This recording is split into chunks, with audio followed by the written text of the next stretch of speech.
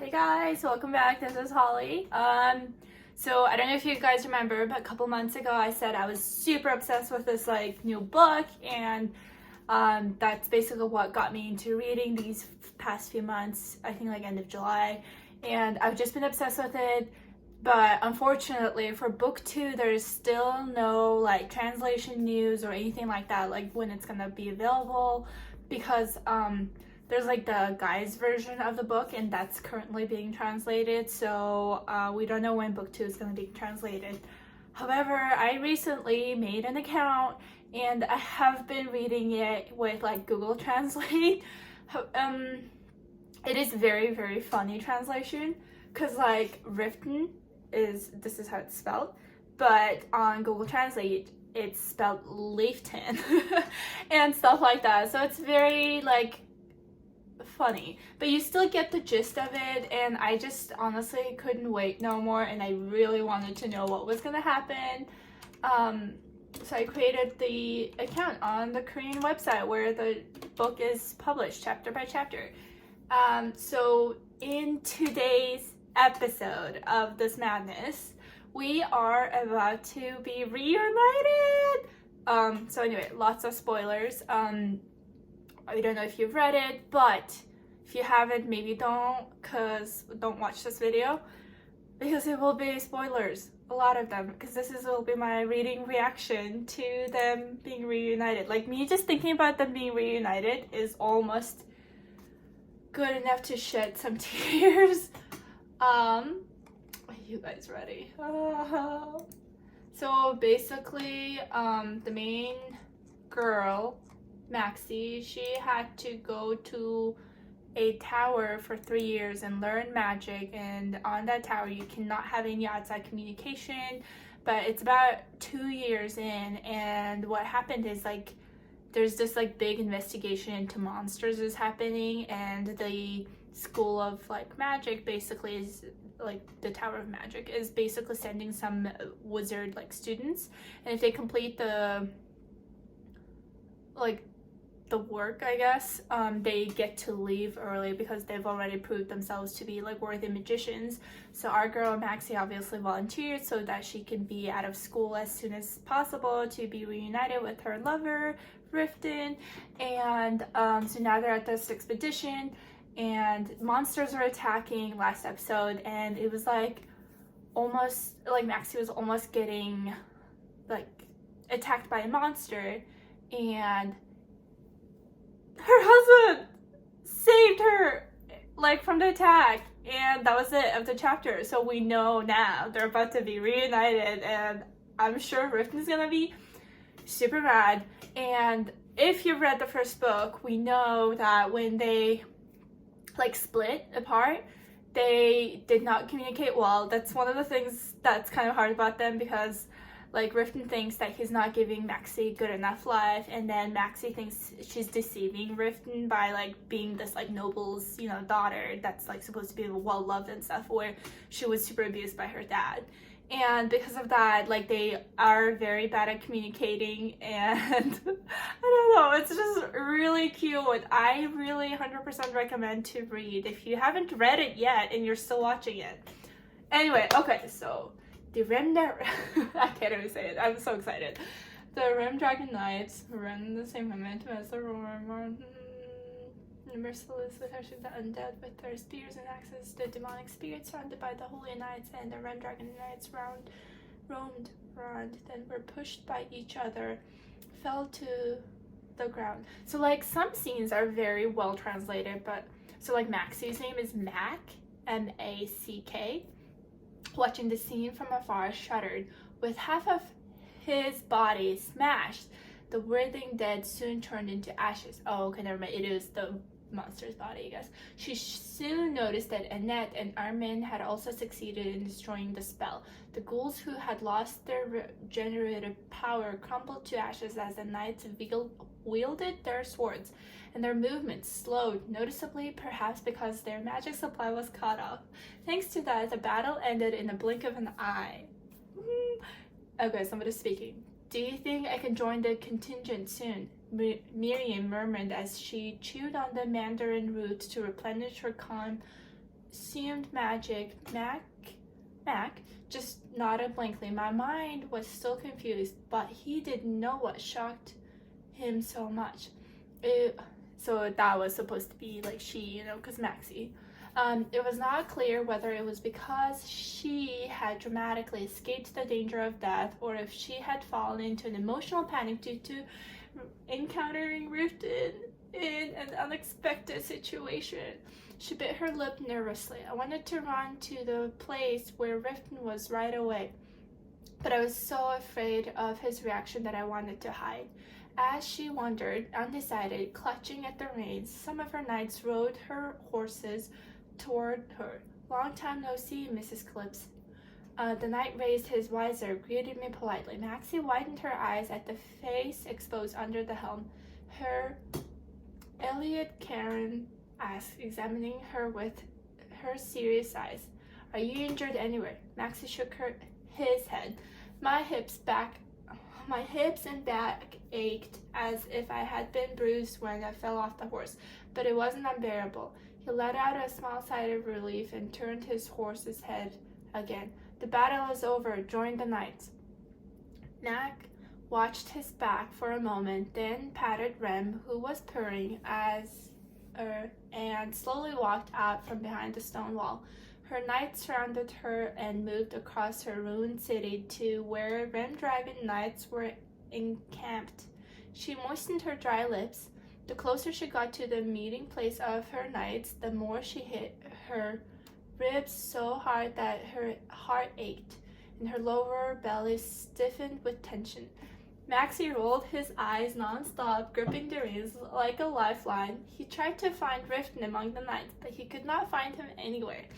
Maxi grew more and more anxious. Why didn't he run to him as soon as the battle was over? Maybe he didn't even want to see me? She dismissed the thought by recalling a letter he had treasured.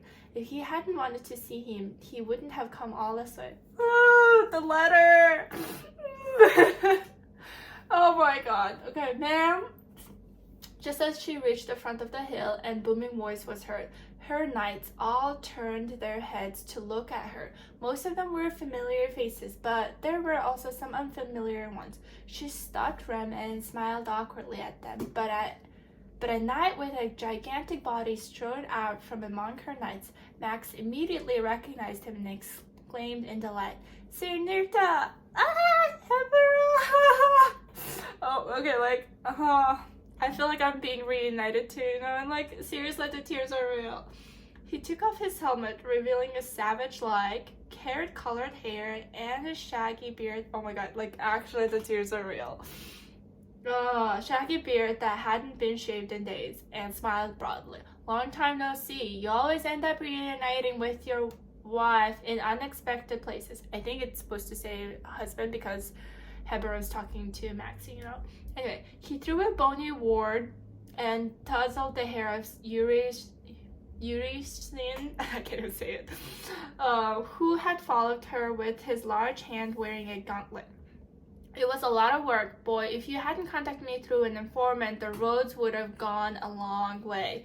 Max's eyes widened when he realized that it was not Anatole, but Rem Dragon Knights who had gone on campaign to Riftan, and not Anatole, who had been contacted by Eurysin through an Osiris agent. Eurysin, who had been strangely silent for a while, annoyed, removed his hand. "Don't treat me like a kid." "Oi, why did you get so picky when I couldn't see you? Has the period of rebellion begun now? If Lord Nitra keeps doing this, what will my face be in front of the other knights?" Ha ha ha ha! "Our little boy is all grown up. I'm all proud of my face." As he grabbed his stomach and burst into laughter, Eurysin's face twisted fiercely. "In the next ranking competition, I will definitely take your place. So until then, enjoy it to the fullest. The only thing I can laugh at is now." Be scared. This is it. Why are there so many people looking for my position? Eurysin seemed genuinely annoyed, but Maxi relaxed a bit as they bickered. In addition to Heber, several knights with whom he... I feel like...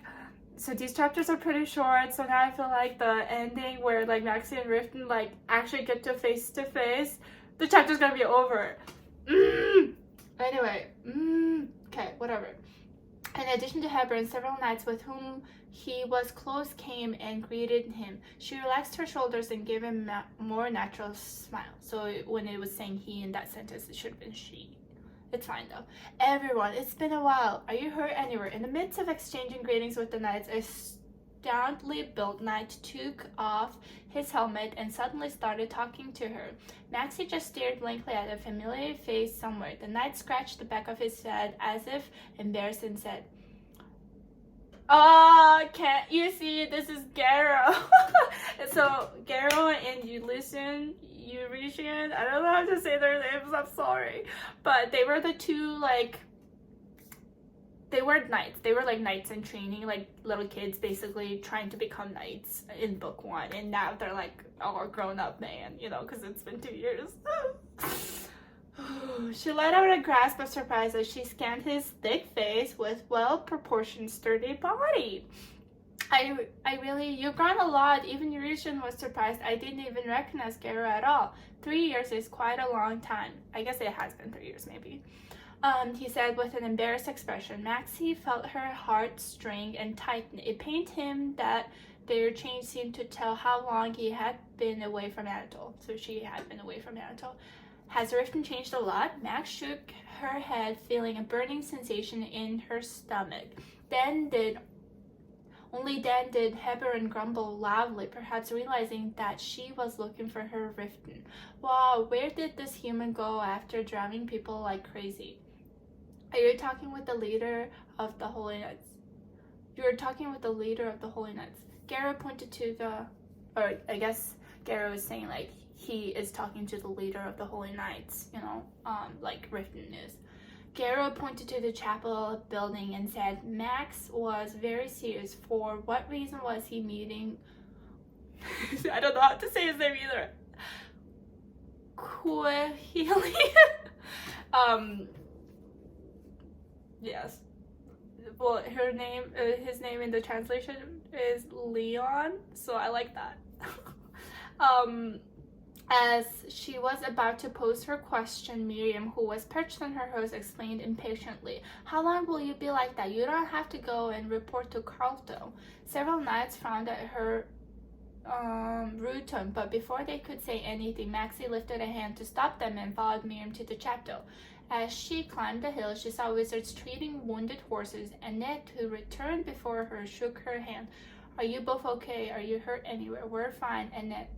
"Are you not hurt anywhere?" "As you can see, I'm fine." Contrary to her words, her body was covered in ashes, as if she had struggled to break through the ghoul encirclement. Suddenly, she rubbed the back of her hand on her cheek, thinking that maybe she wasn't like her. She was smeared with black soot. She raised her hand and touched her hair. Her hair, which had been braided, was half loose and messy, not to mention her clothes were a mess from being homeless for several days. Maxi slipped the hood over herself to think that she was like a tramp in front of her husband, whom she hadn't seen in nearly 3 years. She was even more upset when she recalled the appearance of Riftan, who had appeared with his brilliant radiance. "By the way, is your husband really intimidating?" Suddenly, Annette pointed with her thumb at the chapel building and said, "Paladinary is not easy, but your husband is very nervous. The two of them are talking in there right now. But it's good if one of them doesn't freeze, even though they are incarnations of the same Yukru." It's like supposed to be this really mighty night. Anyway, they seem to be very bad. It was so cold that even the people watching with interest got tired of it and eventually evacuated outside. She giggled, pointing at the wizards outside the chapel. Max's face darkened.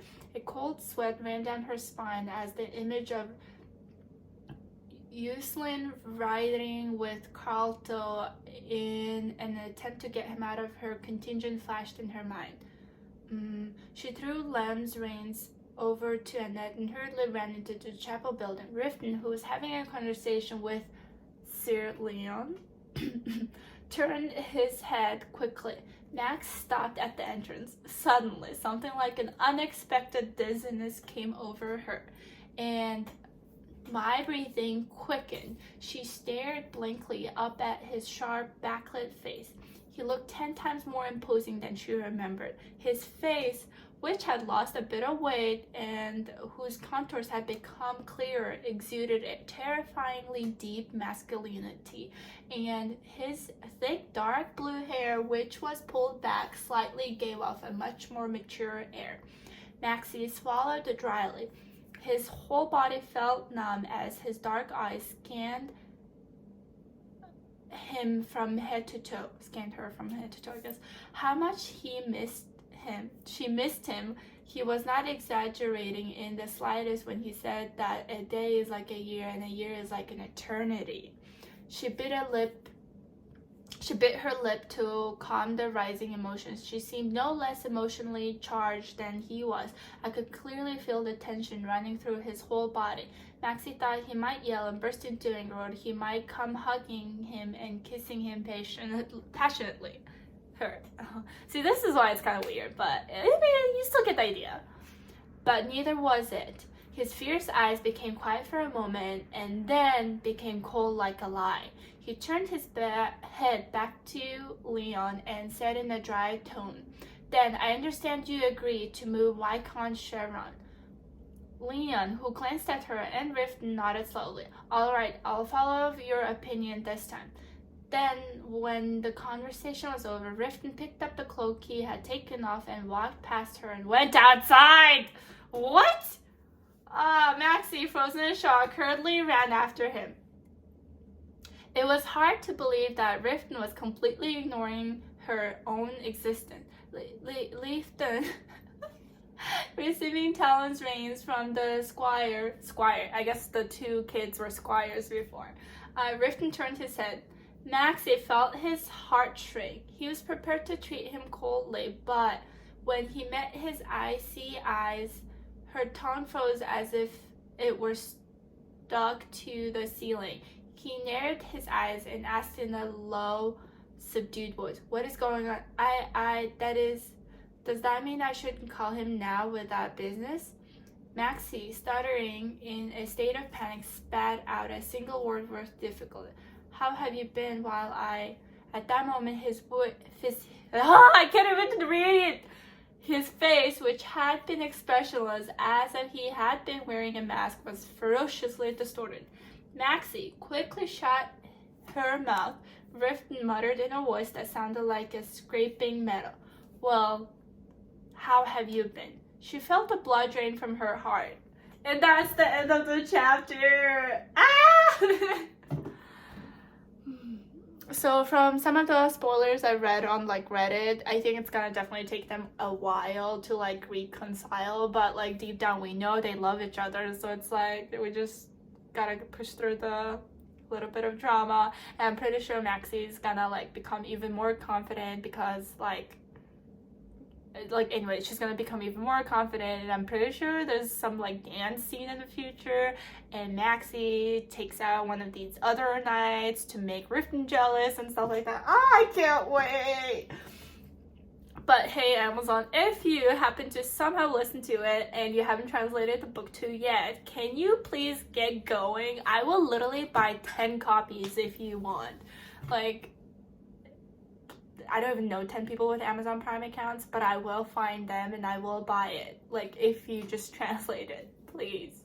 So I can binge read it and have high quality translation, you know? Anyway, thanks for watching. I am just, I don't know, excited because now they know what's going on, and I'm pretty sure Riftan's gonna be hella mad because she's putting herself out on danger, and Riftan's very overprotective. So thank you for watching. If again you've seen this whole video, I am sorry because it did not do any justice to the book. Please go on Kindle, buy the book, and read it. It is so good. Oh. And then just amazing, high quality. And Manta is working on the manga version of it too, so I mean, you can also check that out. That's how I got started, and then just kind of got sucked into it. So thanks for watching, and if you like this video, give it a thumbs up. If not, you can go. Okay, bye.